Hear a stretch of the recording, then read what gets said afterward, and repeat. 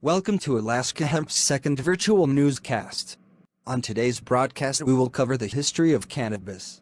Well, not all of it, but we will try and hit on the high points. Cannabis has been around as long as recorded history.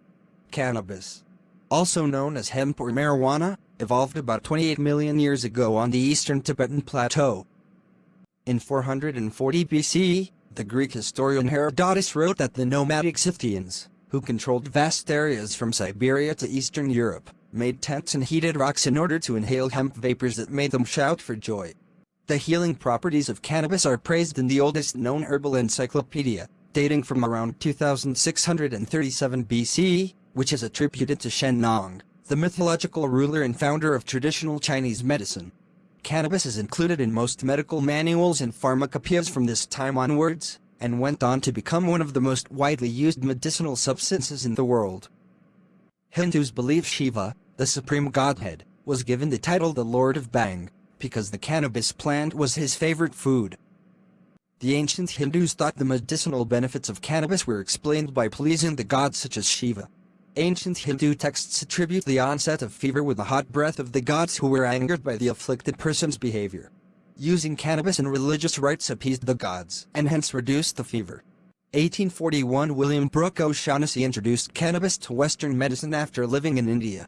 He wrote of many therapeutic uses of cannabis, including a case where cannabis stopped convulsions in a child. In 1936, the film Reefer Madness was released, demonizing cannabis as a highly addictive drug that caused mental disorder and violence.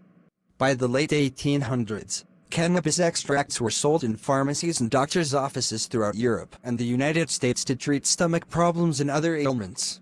In 1937, thanks to the efforts of Harry J. Anslinger and others, use of cannabis was effectively taxed out of existence in the USA by the Marijuana Tax Act. Then the US used its influence to make certain every other country that wanted to do any trade with us also made cannabis illegal.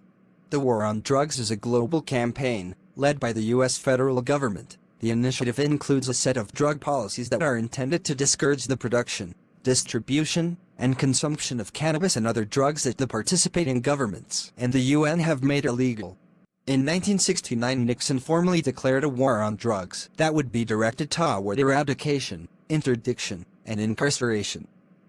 In June 2011, the Global Commission on Drug Policy released a critical report on the war on drugs, declaring, "The global war on drugs has failed, with devastating consequences for individuals and societies around the world." 50 years after the initiation of the UN Single Convention on Narcotic Drugs, and years after President Nixon launched the US government's war on drugs, fundamental reforms in national and global drug control policies are urgently needed.